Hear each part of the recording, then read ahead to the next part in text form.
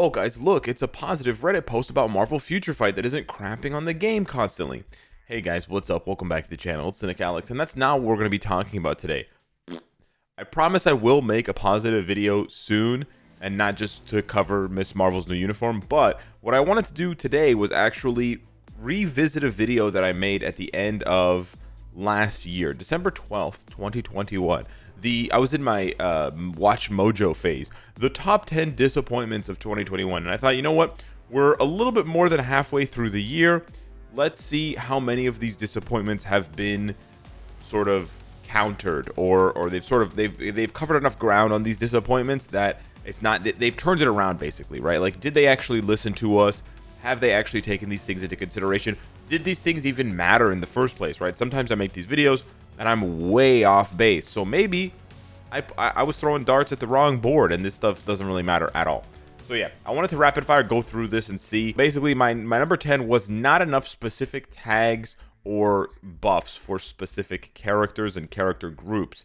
Now, this one actually has not been done at all this year. Like, I might be missing one, but like, for example, we just got the Fear Itself update.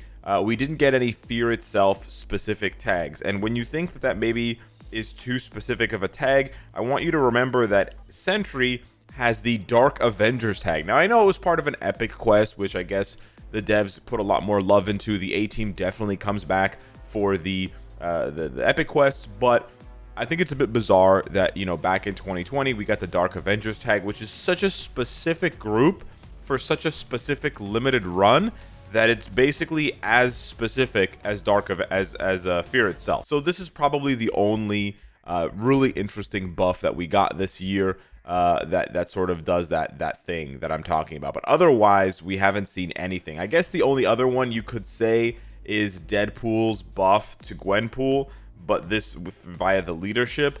But this whole update was just such a disaster. Like, I don't know what they thought they were cooking with this April Fool's thing, but it fell so flat on its face that it's absolutely wild. So yeah, the next one is really important, and it probably should have been earlier, later in the list, but it was basically no Druid, no Phastos, no Sprite, no Ajax. And I was referring specifically to the Eternals epic quest when I was saying we didn't get those characters. However, looking back on this now, 8 months later, holy crap, we were so lucky to get Gilgamesh, Cersei, Icarus, Thena, Makari, right? We were so, and Kingo. We were so lucky to get those 6. To date, we've gotten one single character this year. Echo. That's it. One single new character in 8 months. And maybe more so than anything, that may be the reason why the game is so boring. And I asked the community recently in a poll. I was like, hey guys, views are down, which is fine. Tell me what's up. And 82% of you were like, yeah man, I'm bored of MFF. And a lot of you in the comments, when I went through and read the comments, were saying that there's just no new characters and that it's just uniform after uniform after uniform after uniform. And there definitely is a saturation point for good reworks and good uniforms, and you need to move on from that and introduce new characters. So this one has been a massive L for the devs.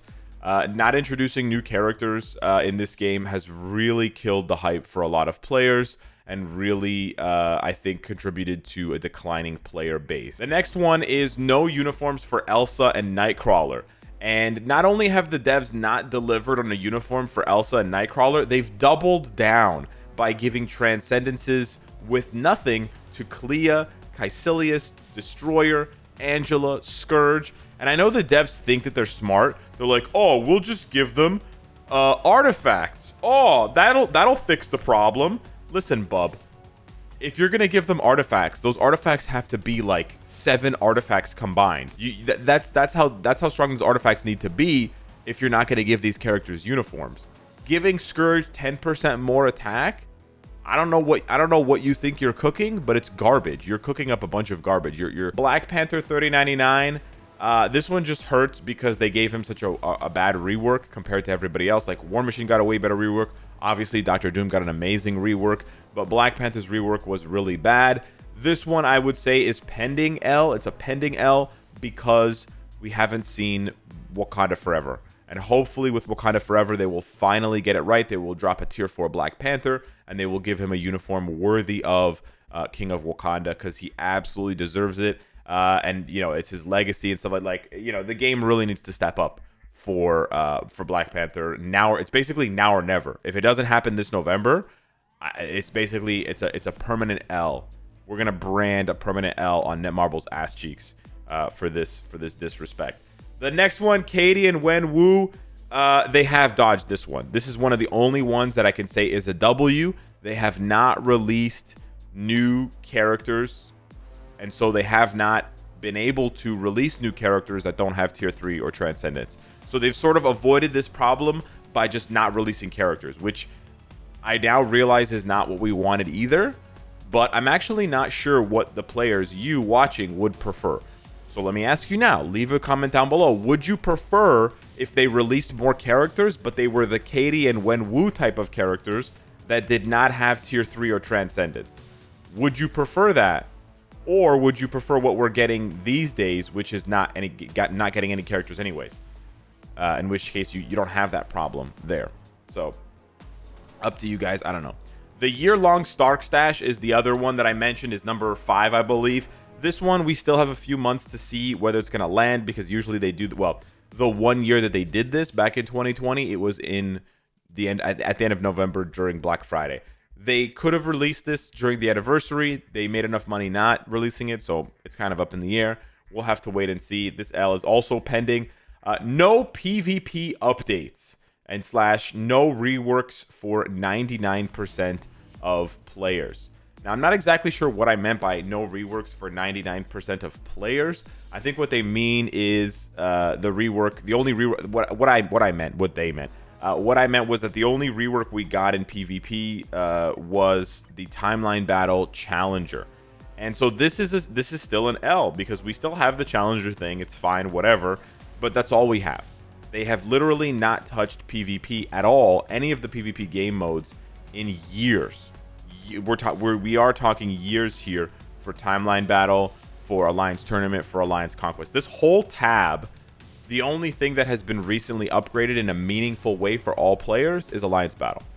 And honestly, I think Alliance Battle is in a good place. The rewards could still be better, yeah, but the game mode itself is fun and refreshing enough, and the characters get replaced at a steady enough pace that it gives you something to do. I'm not advocating that you should put all your resources into ABX chasing now, but I am saying that it doesn't feel as stale as some of these other game modes do. Like, the PvP meta in timeline battle hasn't changed in 6 months. That's insanity. That's pure insanity, right? If you just take blast types in Alliance battle, it's changed like 3 times this year, right? That's a completely different story, and I'm just talking about one of the 4 types. So yeah, PvP is another massive L for the devs. The next one, believe it or not, I said only 1 mutant update. So remember, guys, at the end of last year, at the end of 2021, I reflected back on the year and I said, we only got 1 mutant update. We need more mutant updates. How have they delivered? We've had 1 mutant update this year. Oh my God. Now, okay, yes, Juggernaut is in this update, so some people are going to call this a mutant update. It's not. At best, he's 25% of the update. Now, is Kamala Khan, Miss Marvel, going to be transformed from an Inhuman to a mutant? We're going to have to wait and see. My guess is no, because the devs are not that, they're not that with it. They don't put that much effort into stuff like that. But yeah, we've gotten 1 mutant update this year. So we are trending to have the exact same thing happen as it happened last year. And actually, I'm wrong. There was actually more than 1 mutant update in 2021. Well, no, actually, there was only 1. There was only 1, but you had Wolverine in Enter the Phoenix, and you had Professor X at the anniversary. But yeah, there was only 1 dedicated mutant update last year. Yeah, so it's basically the same, right? They sprinkle a Wolverine or a Juggernaut in another update, and they only have 1 dedicated mutant update per year. So this is another massive L. And then the only other non-L, the only other W from then until now, almost a year later, is that I was complaining that we had no more World Boss Legend after Null and Mephisto.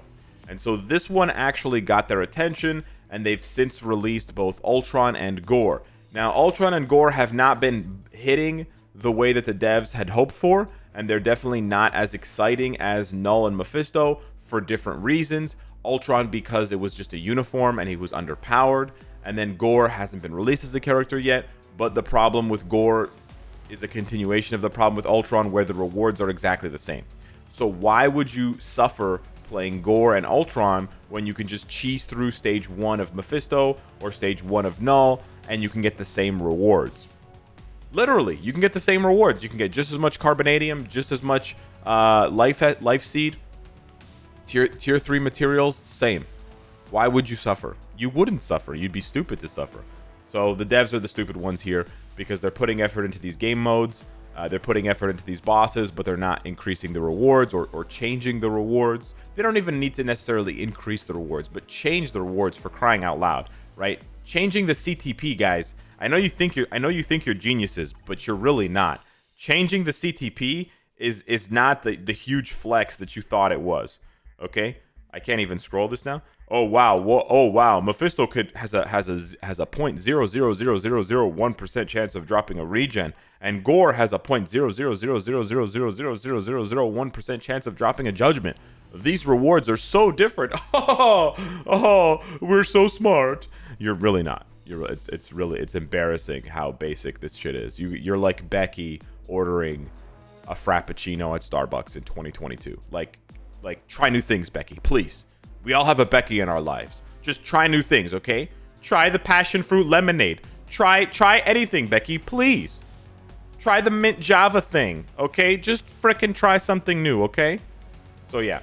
And then the last one, timeline survival. Wah, wah, wah, wah. It's been a year. It's been basically a year since they introduced this game mode, by the way, guys.